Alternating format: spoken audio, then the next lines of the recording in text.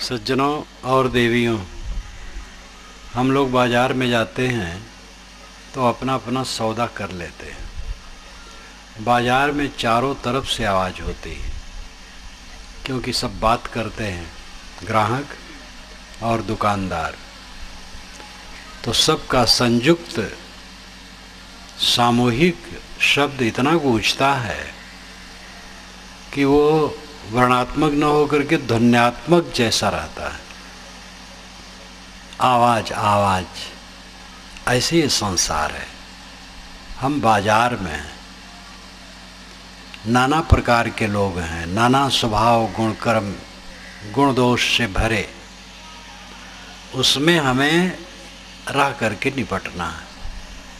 सिर झुका करके अपना काम कर लो। पत्नी से लड़ो ना। पत्नी से लड़ जाते हैं लोग। ये देवियां अपने पतियों से न लड़ें। ये देवियां भी कम नहीं हैं। ये भी जब गुस्सा करती हैं तो स्ट्राइक कर देती हैं, फिर रोटी नहीं मिलेगी। और दो देवियों को मैंने लड़ते देखा, दोनों हाथ उठा उठा करके। हम तुमसे कम नहीं, तुम चलोगी डार डार तो मैं चलूँगी पात पात। देवी देवता लड़ना सब जानते हैं,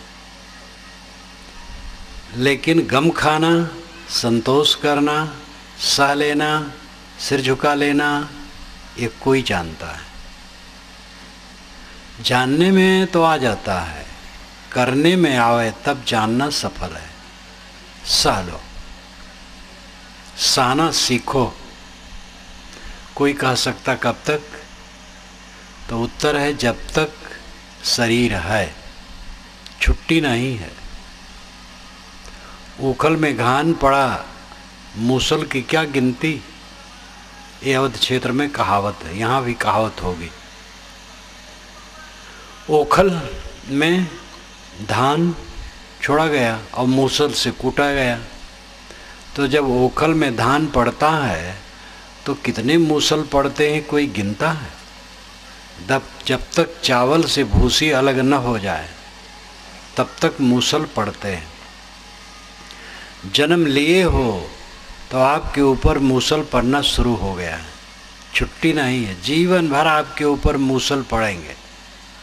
माता पिता का अधिकार है, डांटे गासें, मार भी दे। लड़के भी डांटते गाजते और कट कहते हैं। भाई कह सकते हैं, भाभी कह सकती है, सास कहने का अधिकारी है, लेकिन बहू भी कहती है। गुरु डांट सकता है, शिष्य भी कहने वाले होते हैं। वो भी आंख दिखाते हैं गुरु महाराज को, हम तुमसे कम नहीं हैं। जहाँ समझदारी नहीं है, जहाँ सहानुभूति नहीं है, वहाँ लड़ना है। और लड़ने का फल है बंधन और दुख। भीतर लड़ो तो मोक्ष, बाहर लड़ो तो बंधन। भीतर लड़ो, काम वासना से लड़ो, उसको परास्त करो। काम कीचड़ में डूबे न रहो। जितना जिनसे बन सके, जो समझ पावे जितना, इस कीचड़ से अपने को बचावें। काम वासना को जीतो, क्रोध को जीतो। क्रोध करके आप परिवार में कलह पैदा करते हैं, प्रदूषण करते हैं। सुबह उठे, नींद खुली और कटु शब्द बोले, परिवार रूपी सागर में विषैली तरंग उत्पन्न हो गई। अब पूरे परिवार में कटुता कटुता। कोई एक व्यक्ति कटु कह दिया, परिवार सागर प्रदूषित हो गया। प्रातः उठे, मीठे वचन बोल दिए, परिवार सागर में अमृत की लहर आ गई। पैसा कौड़ी इसमें नहीं लगता। मीठ बोलने में कहीं कोई पैसा लगता है? बड़ा सरल और सस्ता है, लेकिन बहुत महंगा है मीठ बोलना। क्योंकि अंदर में तो जहर है। जहर है तो मीठ कैसे निकले? अमृत हो तो मीठ निकले, जहर भरा। हम लोग अहंकार का जहर भरे हुए हैं। साहब ने कहा है, काला सर्प शरीर में खाइन सब जग झारी, बिरले ते जन बाचिए रामई भजे बिचारी। काला सांप सब के शरीर में है, जो सबको झार झारा खाता है। बिरला वो जन बचेगा जो विचार पूर्वक राम का भजन करेगा। काला सांप कौन है? अहंकार, कामना। उसके दो पहलू हैं, एक तरफ अहंकार है, एक तरफ कामना है। दोनों मिल करके काला सांप है। अहंकार से हम फनफनाते रहते हैं और नहीं सोचने योग्य बात सोचते हैं, और नहीं बोलने योग्य बात बोलते हैं, और नहीं करने योग्य काम करते हैं, और कामनाबद्ध होकर के क्षुब्ध हो जाते हैं, और जो नहीं सोचना करना बोलना चाहिए वो सब करते हैं। अहंकार और कामना, ये दो पहलुओं वाला काला सांप सबके शरीर में बसता है और ये सबको झार झारा खाता है। जितना व्यतिक्रम जीवन में होता है, जितना अनुचित होता है, सबके मूल में है अहंकार और कामना। इसलिए अंदर में जहर भरा रहता है, हर समय जहर जहर जहर। मन के अनुकूल नहीं दिखा, मन भभक गया। थोड़ा सहन करो, धीरज करो। आपसे भी कुछ ऐसा हो जाता है जो दूसरों को अनुसहाता लगता है। दूसरे लोग सहते हैं, आप भी सहो। सहने की चेष्टा करो, सहाने की चेष्टा न करो। किसी का कटु वचन सुन के सह लो और स्वयं कटु वचन न बोलो। सबके अंदर से जहर उबलता है, दूसरे के उबले हुए जहर को सह लो और अपना जहर मारो। यही साधना है, यही शांति का पथ है। दृष्टा चेतन दृश्य से अलग है। आप दृष्टा चेतन हैं, देखने वाले, और जो दिखाई देती है वो माया है। देखने वाला ब्रह्म है और जो दिखाई देती है वो माया है। उसी ब्रह्म को, चेतन को हो, जीव को हो, आत्मा को हो, परमात्मा को हो, जो देखने वाला है वो आत्मा है, परमात्मा है, ब्रह्म है, चेतन है, राम है। कौन देखता है? आप चेतन है, ब्रह्म है, महान है। और जो दिखाई देता वो क्या है? माया। जहाँ तक दिखाई देता हमारा शरीर, आपका शरीर, ये टेंट, ये स्तंभ, ये मकानात, सड़कें, तालाब, नगर और बाग, जंगल, पर्वत, नदियाँ, झरने, सूरज, तारे, सब माया है, जड़ प्रकृति का क्षेत्र है। और ये दोनों का संबंध कौन करता है? मन। जब आप गाढ़ी नींद में जाते हैं तब मन सुप्त हो जाता है, बीज रूप में रहता है, वृत्त रूप में नहीं। तो आपको संसार प्रतीत नहीं होता है, अपने शरीर का पता नहीं रहता है, घर द्वार, जमीन, मकान, चाँद, सूरज, किसी का पता नहीं, अपने माने गए शरीर तक का पता नहीं, क्योंकि मन वहाँ वृत्त में नहीं है, बीज में, स्मरणों में नहीं, ख्यालात में नहीं है, बीज रूप में पड़ा है।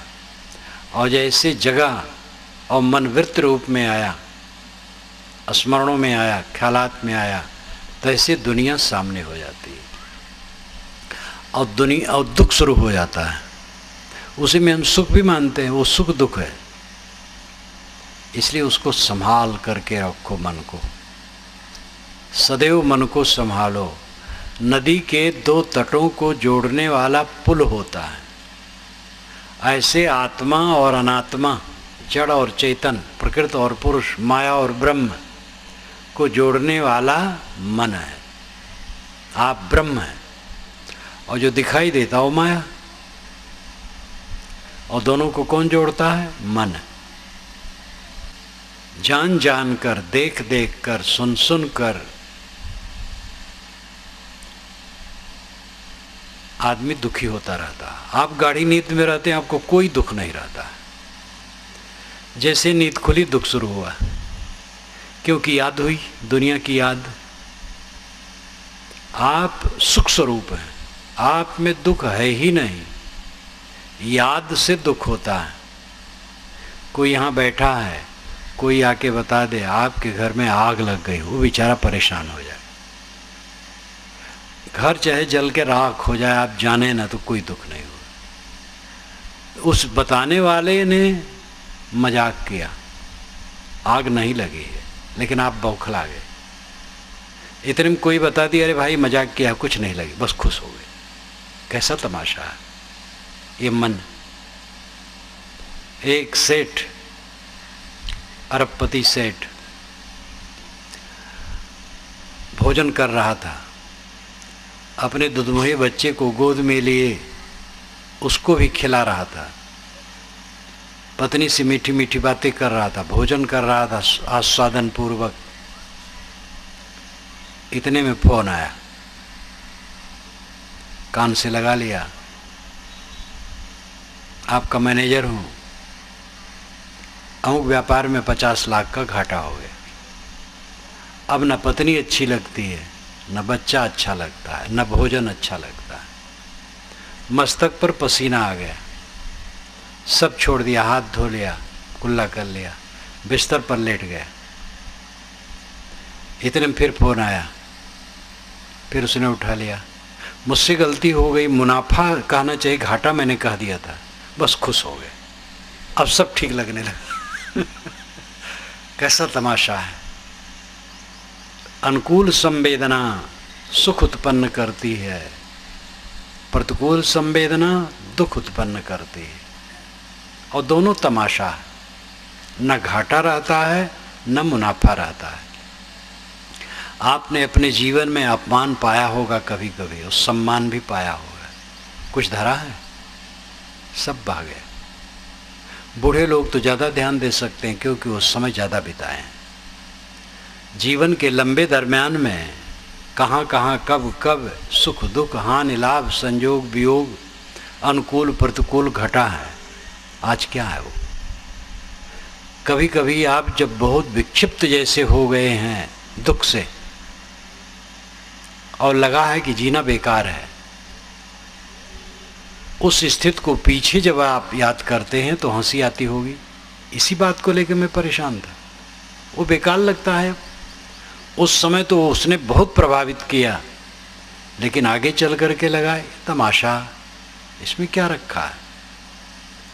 जिसमें आप अत्यंत क्षुब्ध हो गए थे वह अब बिल्कुल बेकार लगता है। अगर एक जीव शरीर छोड़ करके पेड़ पर बैठे और अपने पूरे बीते जीवन को देख पावे तो उसको वहीं से हंसी आएगी। यही सब के लिए मैं परेशान था। अब इससे कुछ मतलब नहीं। जब जीव देह छोड़ करके जाता है तो यहाँ से कुछ मतलब रहता है। गांठी बांध खर्च नहीं पठयो बहुर न कियो फेरा, भूला लोग कहें घर मेरा, जा घर में तू भूला डोले सो घर नाही तेरा, हाथी घोड़ा बैल वाहना संग्रह कियो घनेरा, बस्ती में से दियो खदेरा जंगल कियो बसेरा, गांठी बांध खर्च नहीं पठयो बहुर न कियो फेरा, बीबी बाहर हरम महल में बीच मियाँ का डेरा, नौ मन सूत अरुज नहीं सुरझे जन्म जन्म उर्झेरा, कहीं कबीर सुनो संतो या पद का करो निबेरा। भूला लोग कहें घर मेरा, जो लोग भूले वो कहते मेरा घर है। जो समझदार हैं वो समझते घर नहीं, मेरा नहीं है, मुसाफिर खाना है। व्यवहार के लिए मेरा कहना पड़ता है।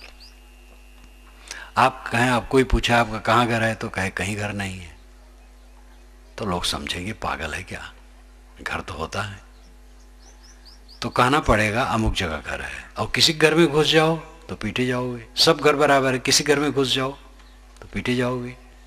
इसलिए अपना घर मानना पड़ता है, अपने घर में जाना पड़ता है, अपने घर का प्रबंध करना पड़ता है। ये भी सच है, लेकिन ये परम सच है कि आपका घर नहीं है।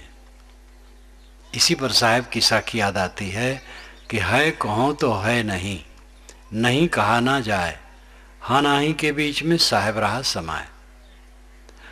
घर, शरीर, परिवार, धन दौलत अगर कहूँ है तो है नहीं। हमारे बाबे दादे थे ये सब, लेकिन नहीं रहे, तो हमारा कहाँ है? आज कल में ये शून्य हो जाएगा। लेकिन जब तक है तब तक नहीं कहते नहीं बनता है। खाना है, पीना है, रहना है, बसना है, कैसे कहें नहीं है? इसलिए हाँ नाही के बीच में साहेब राज समाए। विवेकवान हाँ नाही के बीच में रहता है भी और नहीं भी। मेरा शरीर है, ये साफ है कि है, लेकिन अंत में नहीं है। कितने दिन के लिए है ये तो नहीं कह सकते, लेकिन इतना पक्का है कि बहुत थोड़े दिन के लिए है। पता नहीं अभी मिट जाए या कुछ दिन चले, बस मिटना है इसको पक्का। और जब मिट जाएगा तो कब तक के लिए मिटेगा? अनंत काल के लिए मिट जाएगा।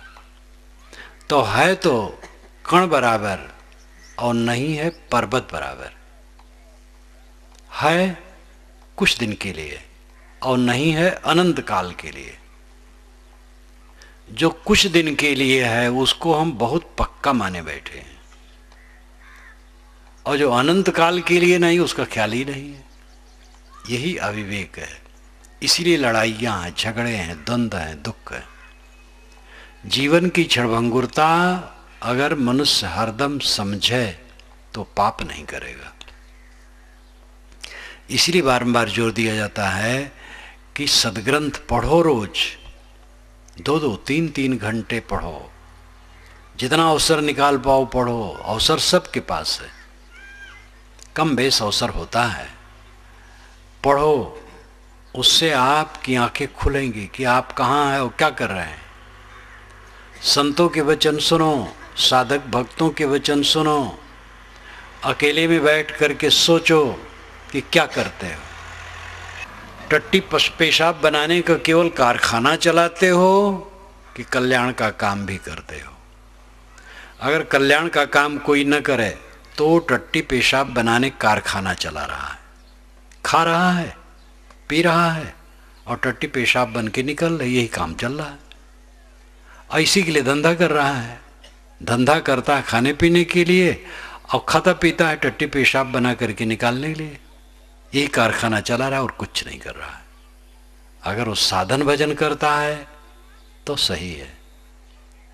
दुख जीव को इष्ट नहीं है, और दुख अपने दोषों से होता है, माया में चिपक करके होता है, दृश्य प्रपंच में चिपक करके होता है। जीव और जगत दोनों अलग अलग हैं। ये मन जोड़ता है जीव को जगत में। मन के साक्षी बनो, विचारक बनो, मन को समझो, मन को संभालो, अपने मन को उलझाओ न। व्यवहार में ऊंच नीच हो जाता है, सह लो। किसी ने कट कह दिया, भूल हो गई, चित्त पर न लाओ। किसी से गलती हो गई, चित्त से उतार दो। चित्त में रखोगे तो तकलीफ होगी। आपकी क्षमा करने पर वह भी सोचेगा और सुधार सकता है। बैर से वैर बढ़ता है, प्रेम से वैर खत्म होता है। इसलिए प्रेम करना सीखो। प्रेम मोहब्बत में न बदल जाए, मोह में न बदल जाए, ध्यान रखो। प्रेम का संतुलन रखो।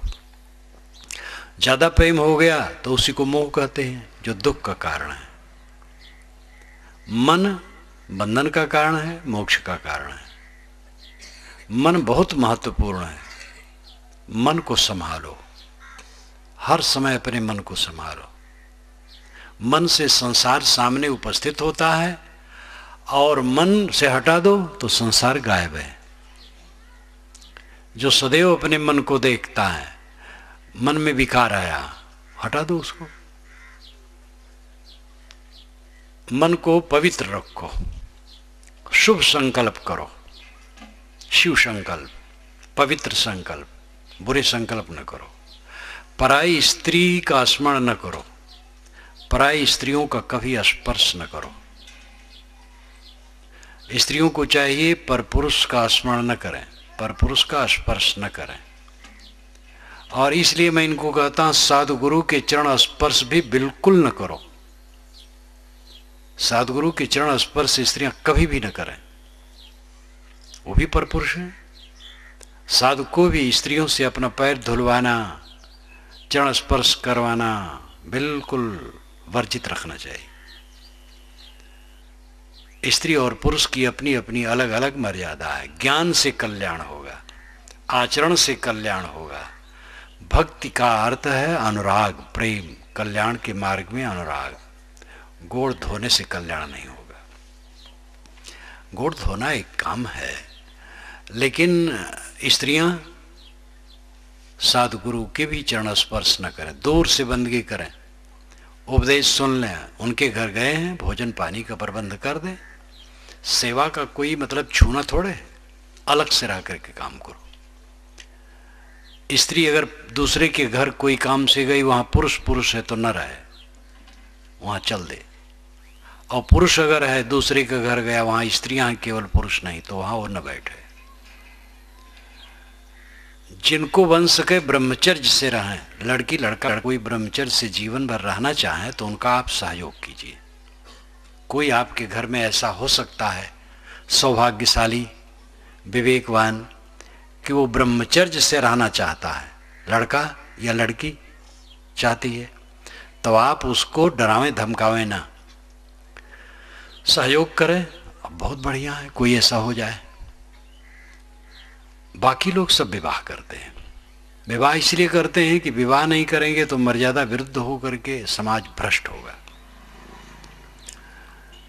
विवाह हो गया बस वो बहुत हो गया। अब विवाह के बाद एक पत्नी या एक पति से जुड़ने के बाद पर पुरुष और पर स्त्री से संबंध, ये महानरक का द्वार है, महापाप है। आप अपने को संभाल नहीं सकते थे इसीलिए विवाह किए, संभाल पाते विवाह न करते। अपने को कोई संभाल ले तो विवाह कोई सुख है? विवाह करके कौन सुखी है? सब दुखी है। मैं एक बार ट्रेन में जा रहा था इसी छत्तीसगढ़ में, तो रिजर्वेशन था साइड में 2 नौजवानों का भी, बाकी और लोग उस तरफ थे उसके। तो ऊपर वाला नौजवान जो लेटा था हंस रहा था, तो नीचे वाले जवान ने कहा, अरे हंस ले तू, आज कल से तेरे को रोना है। मैंने कहा भाई ऐसा क्यों कहते हो? कहे महाराज ये दूल्हा है, कल इसकी शादी होगी, बस कल से रोना है इसे। तो सब हंसने लगे। तो दूल्हा भी जानता है कि दूल्हा बनना रोना है, विवाह होना मतलब रोना है। तो रोने के लिए तो एक विवाह कर रहे हो, और क्यों रोते हो? अपने को नहीं संभाल सकते थे इसलिए विवाह कर लिए, अच्छा हुआ। विवाह करना धर्म है, क्योंकि विवाह न करते, अपने को संभाल न पाते तो समाज प्रदूषण समाज में फैलता। विवाह किए, अच्छा किए। विवाह के बाद पर स्त्री पर कुदृष्टि, पर पुरुष पर कुदृष्टि, इतना पाप है। इस पाप से बचो और मर्यादा का पालन करो। दूसरे के हक को न मारो, अपनी कमाई का खाओ, या किसी ने प्रेम से दिया है तो खाओ, लेकिन हक न मारो। चालाकी, चतुरता, कपट, छल, धोखाधड़ी करके दूसरे को बेवकूफ बनाने की चेष्टा कभी मत करो। अपने लिए, अपने बच्चों के लिए, अपने परिवार के लिए, किसी के लिए भी पाप मत करो। पाप करते हुए जीवन व्यतीत करोगे तो भी जीवन बीत जाएगा, और पाप से बच करके जीवन व्यतीत करोगे तो भी जीवन व्यतीत हो जाएगा, लेकिन दोनों का फल बहुत फर्क हो जाएगा। आए हैं सो जाएंगे, राजा रंक फकीर, एक सिंहासन चढ़ चला, एक बंधा जंजीर। जो आया है सो जाएगा, राजा हो, रंक हो, फकीर हो। फर्क यह है कि एक सिंहासन पर बैठ करके जाएगा और एक जंजीर में बंध के जाएगा। दोनों में बहुत फर्क हो गया। सिंहासन पर बैठ करके जाना है, आनंद आनंद से जीना, नींद खुले, अब आपके मन में दुख का झटका ना हो, किसी से बैर नहीं, किसी से घृणा नहीं, किसी से ईर्ष्या नहीं, किसी को सताने की चेष्टा नहीं, किसी को नीचा दिखाने की चेष्टा नहीं, और किसी को नाजायज संपन्न करने की चेष्टा नहीं। बाल बच्चों को धनी बनाने के लिए दूसरों को मूर्ख नहीं बनाना है। सब कमाए खाएंगे, सबके हाथ पैर हैं।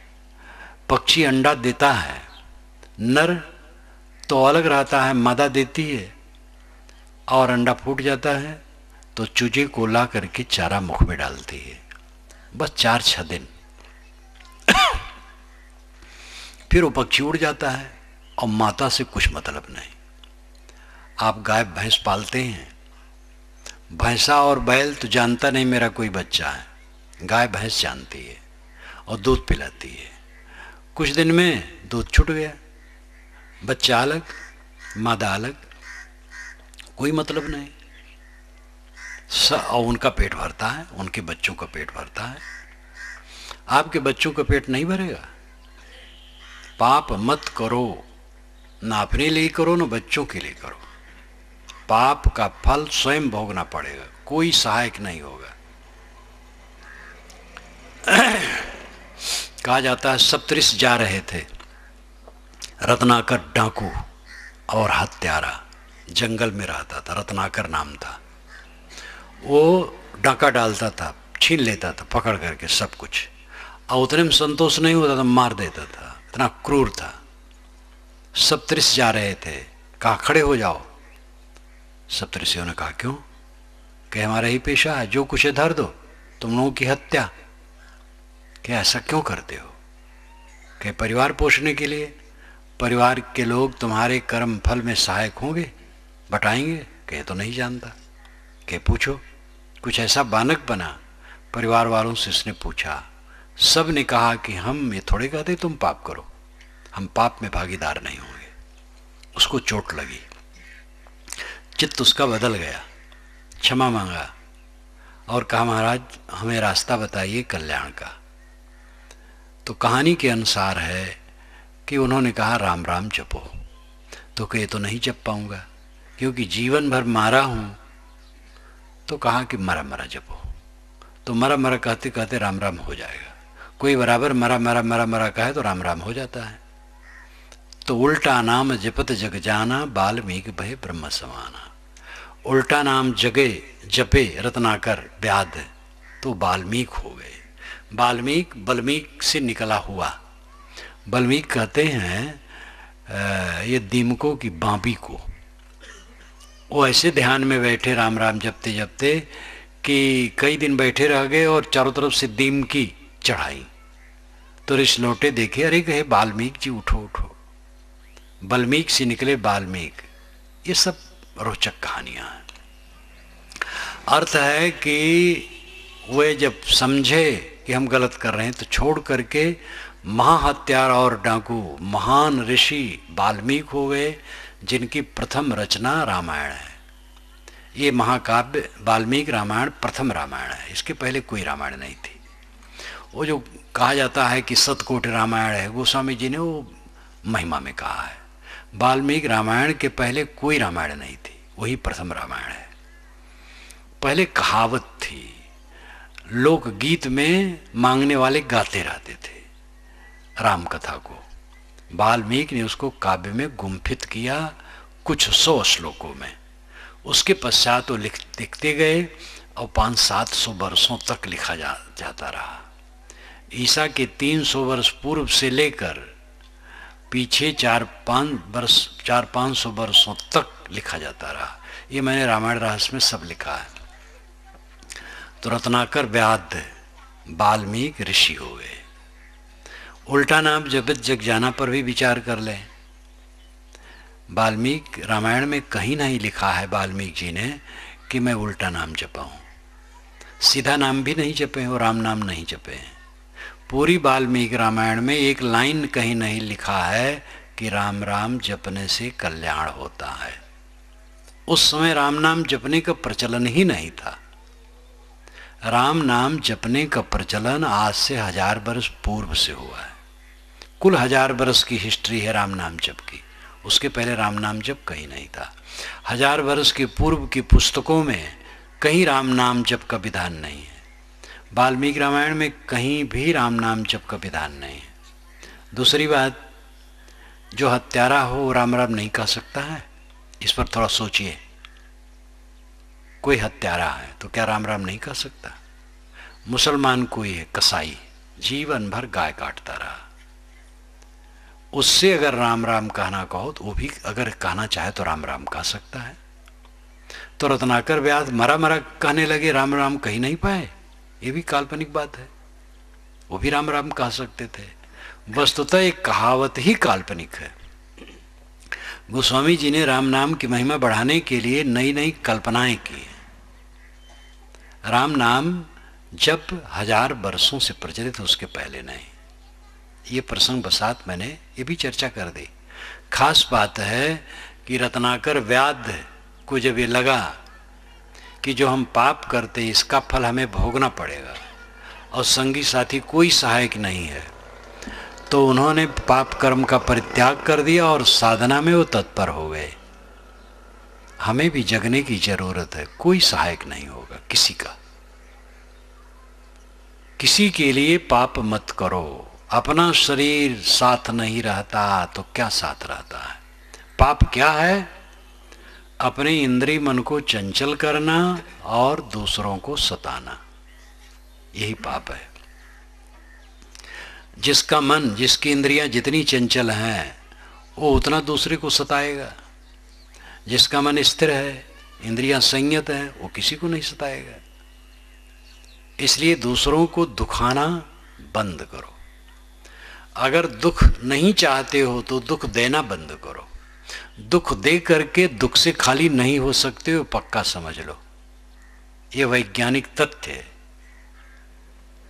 क्रिया की प्रतिक्रिया, बल का प्रतिबल, बिंब का प्रतिबिंब, ध्वनि की प्रतिध्वनि, ये वैज्ञानिक तथ्य है। हम बोलते हैं, आवाज करते हैं तो ऊंची जगह अगर सामने है तो उसकी प्रतिध्वनि होती है। हमारा बिंब चेहरा जैसा है, प्रतिबिंब वैसे ही पड़ता है।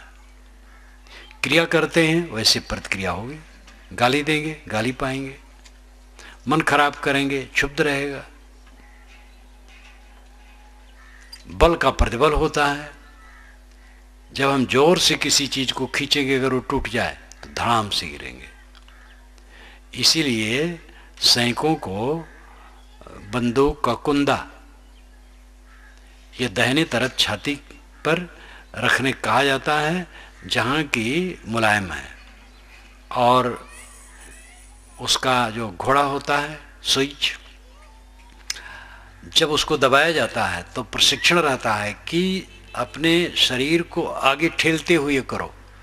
ढील होकर के खड़ा होगे, घोड़ा दबाओगे तो तुम पीछे गिर जाओगे, क्योंकि बल से गोली निकलती है। स्प्रिंगदार वो यंत्र होता है, तो बंदूक पीछे हटती है उतने जोर से, और आदमी गिर पड़ेगा। इसलिए बंदूक चलाने वाला प्रैक्टिस कर लेता है, तब बंदूक चलाता है। बल का प्रतिबल होता है। एक रस्सी जोर से खींचिए, बीच में टूट जाए तो बड़े जोर से गिरोगे। ये क्रिया की प्रतिक्रिया, बल का प्रतिबल, ध्वनि की प्रतिध्वनि, बिंब का प्रतिबिंब वैज्ञानिक तथ्य होता है। जो करोगे सो भरोगे। जीवन में असली कमाई है कर्मों का सुधार।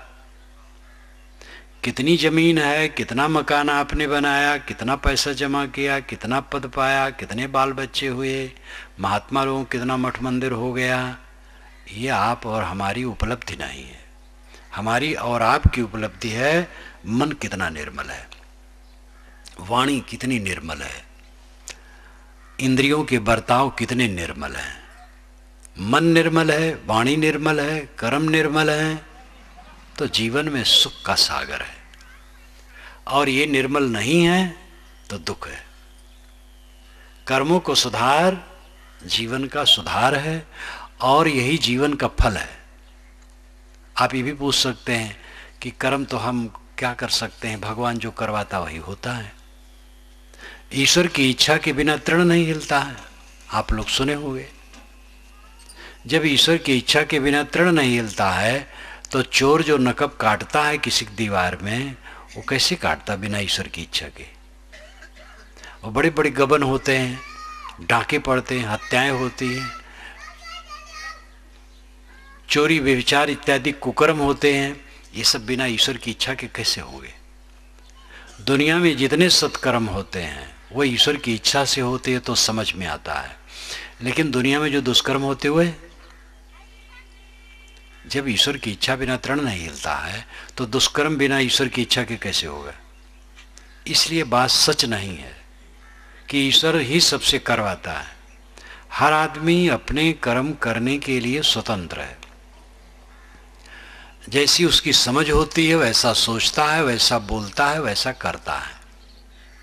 समझ को सुधारो। आप अपने लिए खुद जिम्मेदार हैं। बहानेबाजी नहीं चलेगी। कोई भगवान और शैतान आपके कर्मों का जिम्मेदार नहीं है, आप खुद जिम्मेदार हैं। ये बीच की जो कहावतें हैं, इन कहावतों में न पढ़ो।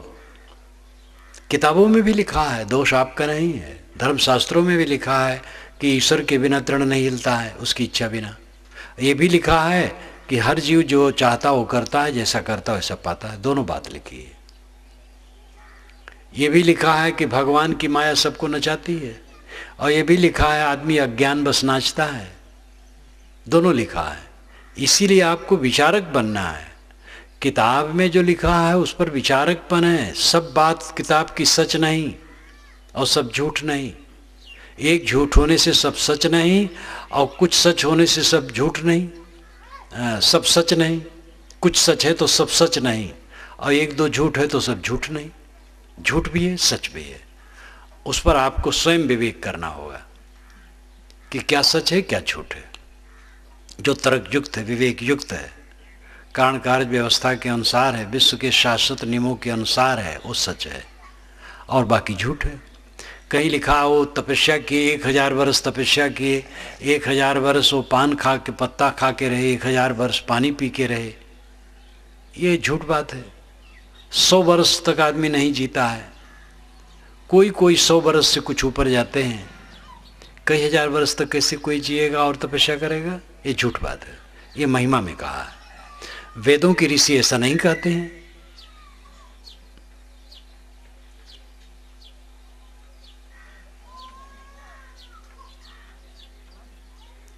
वेदों के ऋषि ऐसा नहीं कहते हैं। वेद में तो बारंबार आया 100 वर्ष जीने की कल्पना। ये पुराण और महाकाव्य लेखक बड़े घाघ हुए हैं। ये जितना बना है उतना कहते चले गए हैं। कोई लगाम नहीं, कोई विचार नहीं। राजा प्रिवर्त 11 अरब बरस राज्य किए, ये लिखा है श्रीमद् भागवत में। 11 अरब बरस, 100 वर्ष लोग जी नहीं पाते, 11 अरब बरस राज किए। उनके रथ के पहिए जहाँ जहाँ गए समुद्र बन गया। ये सारे समुद्र राजा प्रिवर्त के रथ के पहिए के रावण हैं। तो पहिया कौन बनाया था, कौन बढ़ाई, और कौन घोड़ा उसको खींच रहा था उस रथ को, और वे कहाँ जा रहे थे? ये कहीं समझ में बात आती है? इतना गहरा समुद्र वो राजा प्रिवर्त के रथ के पहिए का रावण है। जहां पहुंचे रवि वहां पहुंचे कवि, और जहां पहुंचे गाड़ी वहां पहुंचे मारवाड़ी। मारवाड़ी वहां पहुंच करके व्यापार कर लिए जहां आज तक गाड़ी नहीं गई। ऐसे कवि की लीला ऐसी है। जब राम जन्मोत्सव की महिमा में गोस्वामी जी मगन हो गए तब बढ़ाने की जरूरत पड़ी। तो उन्होंने लिखा, मास दिवस का दिवस भा, मरम न जाने कोय, रथ समेत रवि था क्यों, निशा कवन विधि होए।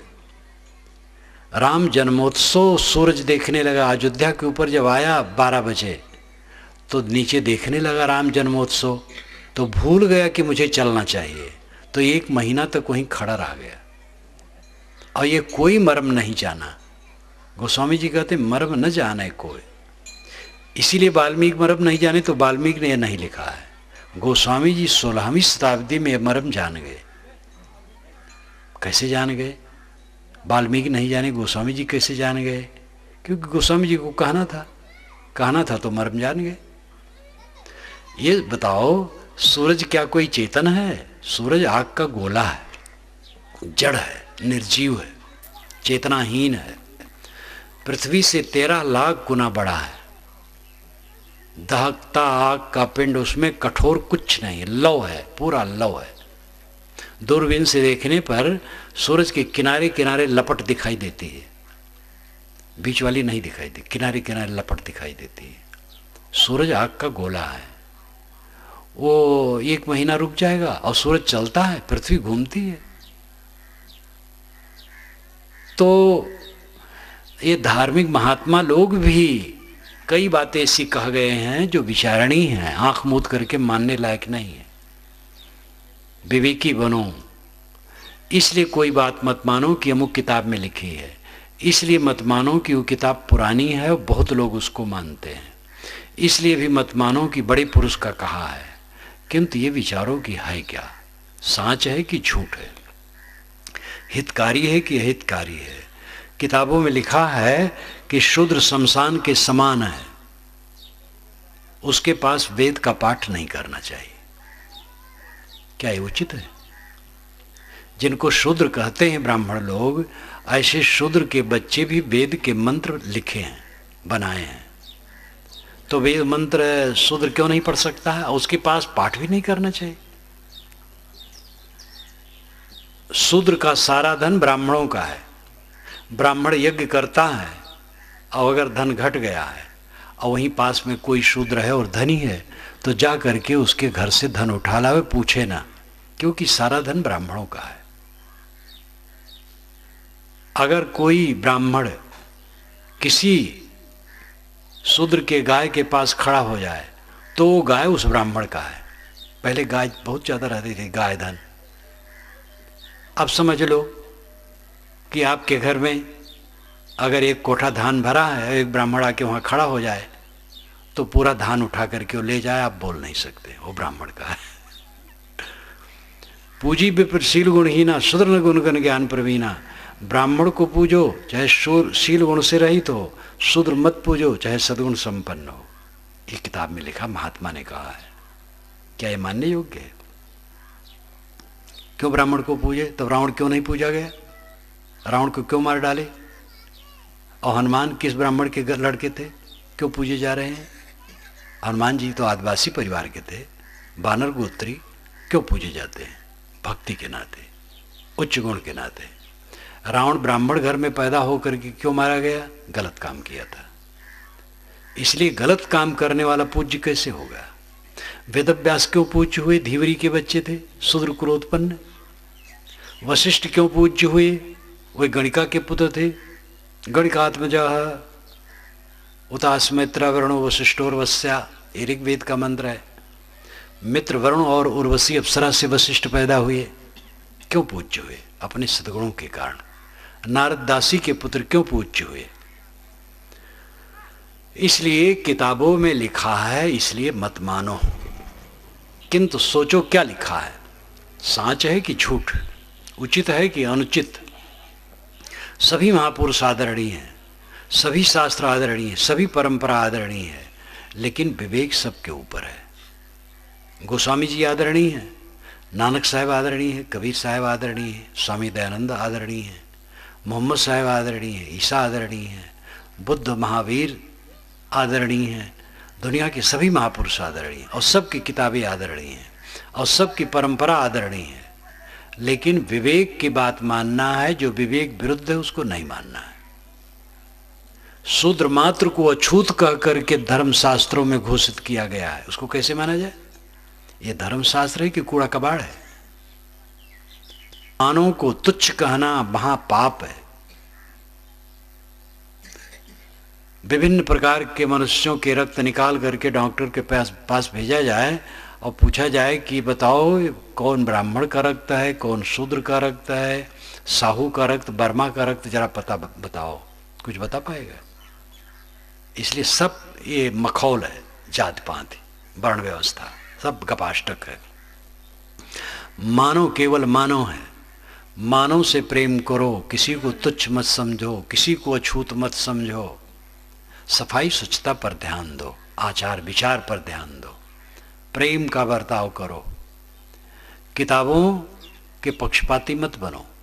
किसी भी किताब में गलत बात लिखी है तो नहीं मानने योग्य, और अच्छी बात है तो मानने योग्य है। लैला मजनू और ददरिया की किताब में अच्छी बात है, उसको भी मान लो। और धर्मशास्त्र में भी गलत बात हो तो मत मानो। अपने शरीर के अंग जो सड़ जाते हैं काट के निकाल दिया जाता है, तो कहीं की गलती कैसे स्वीकारें? अपने घर में जहर है तो उसको खा करके मरेंगे, तो जहर को फेंक दें। विचारवान बनो, विवेकवान बनो। कर्म सुधार जीवन सुधार है, जीवन सुधार जीवन का फल है। धन दौलत पद प्रतिष्ठा की प्राप्ति जीवन का फल नहीं है, ये ऊपरी ऊपरी दिखावा है। कर्मों की सुधार से अंदर में शांति आती है, और शांति ही जीव का सुख का राज्य है। जब कर्म सुधरेंगे, वाणी सुधरेगी, मन सुधरेगा, जीवन में निर्मलता होगी, मन में शांति होगी, तो सोते जागते उठते बैठते सब समय आनंद होगा। और मन खराब, वाणी खराब, कर्म खराब, नींद खुली, दुख शुरू, जब तक जागे हरदम चित्त झाएं झाएं धाएं धाएं कर रहा है। धन दौलत ऐश्वर्य पद प्रतिष्ठा किस काम के? सब दिखावा। इसलिए जीवन के असली तत्व को समझने की जरूरत है। ये मानव जीवन मिला है, इसको चलाने के लिए कुछ काम करना पड़ेगा। कुछ काम करो और जितने में मिले उतने में संतोष रखो।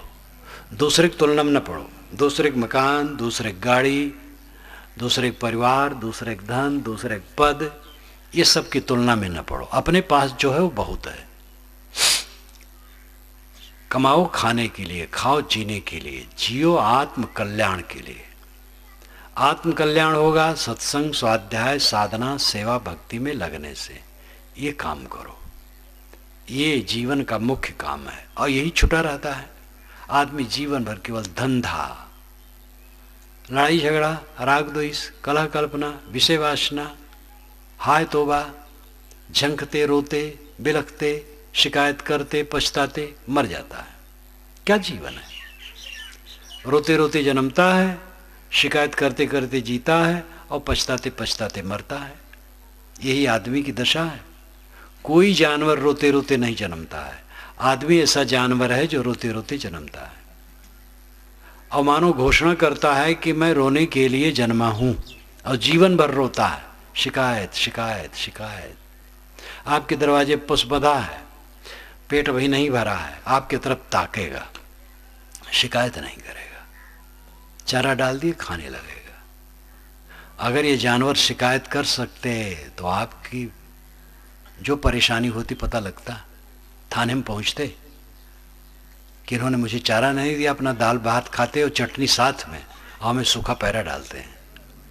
कानून बनता, ये सूखा पैरा काट करके भूसा बनाओ, भूसा बना करके कोटना में डालो, उसमें खली डालो, नमक डालो, अन्न डालो, ठीक से खिलाओ, नहीं तो जुर्माना होगा। और अगर बैल की बात न मानता जज तो और आगे फिर वो अपील करता। ये जानवर बेचारे कोई अपील करने लायक, बोलने वाले नहीं, शिकायत नहीं। आदमी शिकायत करता। खाने बैठा तो कितने लोग पत्नी पर बरस पड़ते, ये ठीक नहीं बना, वो ठीक नहीं बना, वो ठीक नहीं बना। रोते रोते आदमी जन्मता है, शिकायत करते करते जीता, पछताते पछताते मरता है। रोते रोते जन्मना तो प्रकृति का स्वभाव है, कोई बात नहीं।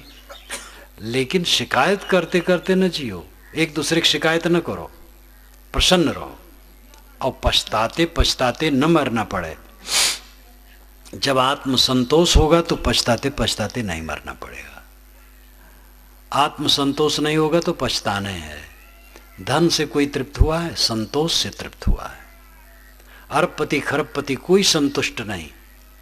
संतोष से संतोष होगा, चीजों से संतोष नहीं होगा। इस पर विचारें, साधना मार्ग में लगें, अपना कल्याण करें। मैं अपनी वाणी को विराम देता हूँ।